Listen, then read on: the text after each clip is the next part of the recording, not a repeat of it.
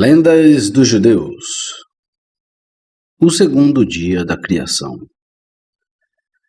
No segundo dia, o Todo-Poderoso trouxe 4 criações: o firmamento, o inferno, o fogo e os anjos. O firmamento não é o mesmo que os céus do primeiro dia. É o cristal estendido sobre as cabeças dos Hayot, do qual os céus obtêm sua luz, assim como a terra obtém sua luz do sol. Este firmamento salva a terra de ser engolfada pelas águas dos céus. Ele forma a divisória entre as águas acima e as águas abaixo. Foi feito para cristalizar no sólido que é pelo fogo celestial, que rompeu seus limites e condensou a superfície do firmamento. Assim o fogo fez uma divisão entre o celestial e o terrestre no momento da criação, como fez na revelação no Monte Sinai. O firmamento não tem mais de 3 dedos de espessura. No entanto, divide 2 corpos tão pesados quanto as águas abaixo. A separação das águas em águas superiores e inferiores foi o único ato desse tipo feito pelo Criador em conexão com a obra da criação. Todos os outros atos foram unificadores. Isso, portanto, causou algumas dificuldades.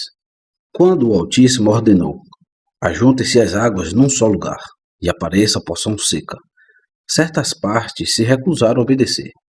Eles se abraçaram ainda mais de perto. Em sua ira contra as águas, o Criador determinou que toda a criação se transformasse em caos novamente. Ele convocou o anjo da face e ordenou que ele destruísse o mundo.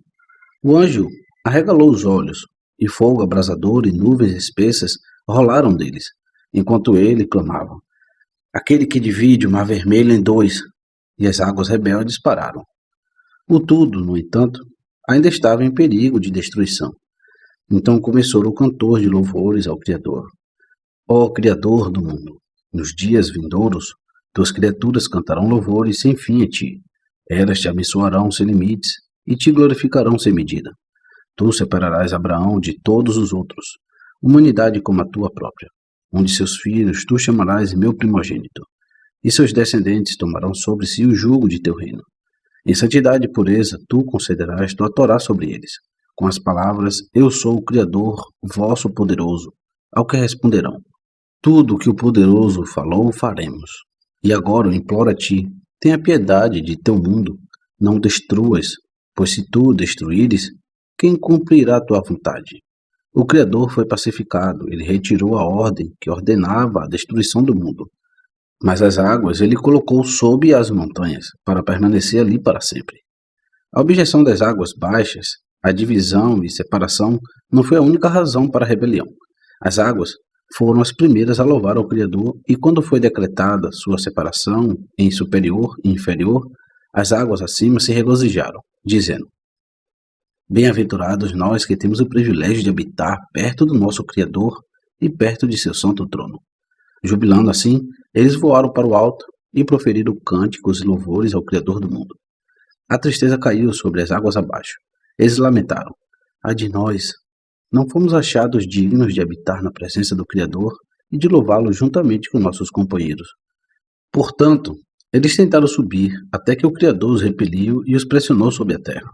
No entanto, eles não ficaram sem recompensa por sua lealdade. Sempre que as águas acima desejam, louvam o Criador. O segundo dia da criação foi um dia desagradável em mais de um aspecto, que introduziu uma brecha onde antes não havia nada além de unidade, pois foi o dia que viu também a criação do inferno. Portanto, Iá não poderia dizer deste dia como os outros, que ele viu que era bom.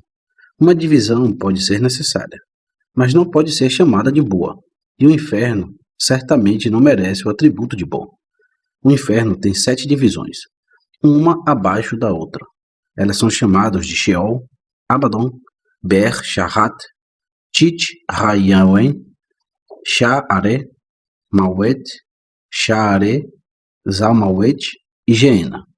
São necessários 300 anos para percorrer a altura ou a largura, ou a profundidade de cada divisão, e levaria 6.300 anos para percorrer um pedaço de terra igual em extensão a 7 divisões. Cada uma das 7 divisões, por sua vez, tem 7 subdivisões, e em cada compartimento há 7 rios de fogo e 7 de granizo. A largura de cada um é de 1.000 elços, sua profundidade de 1.000 e seu comprimento de 300. E eles fluem um do outro, e são supervisionados por 90.000 anjos da destruição. Além disso, em cada compartimento há 7.000 cavernas. Em cada caverna há 7.000 fendas, e em cada fenda 7.000 escorpiões.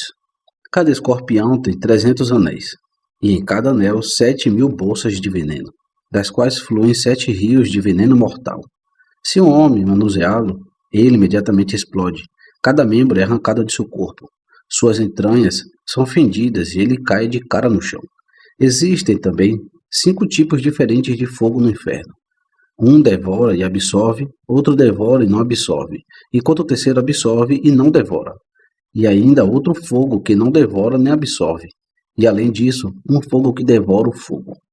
Há brasas grandes como montanhas, e brasas grandes como colinas, e brasas tão grandes quanto o mar morto, e brasas como pedras enormes, e há rios de piche e enxofre fluindo e fervendo como brasas vivas.